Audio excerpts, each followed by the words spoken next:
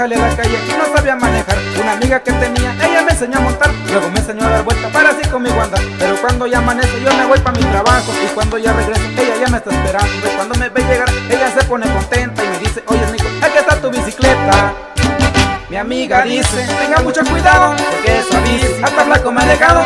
Mi amiga dice que tenga mucho cuidado, porque esa bici hasta flaco me ha dejado. Yo la vuelvo a montar con toda seguridad, y cuando ya estoy arriba ella me quiere tirar. Y yo la vuelvo a montar con toda seguridad, y cuando ya estoy arriba ella me quiere tirar.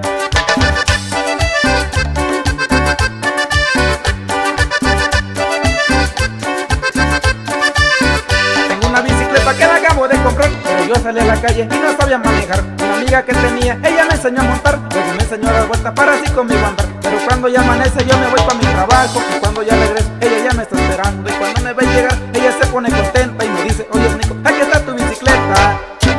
Mi amiga dice que tenga mucho cuidado, porque esa bici hasta flaco me ha dejado. Mi amiga dice que tenga mucho cuidado, porque esa bici hasta flaco me ha dejado. Y yo la vuelvo a montar con toda seguridad, y cuando ya estoy arriba ella me quiere tirar.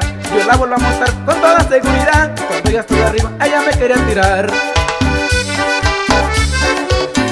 Y esa bicicleta es la que tiene Nico Hernández allá en Oaxaca de Juárez, Oaxaca.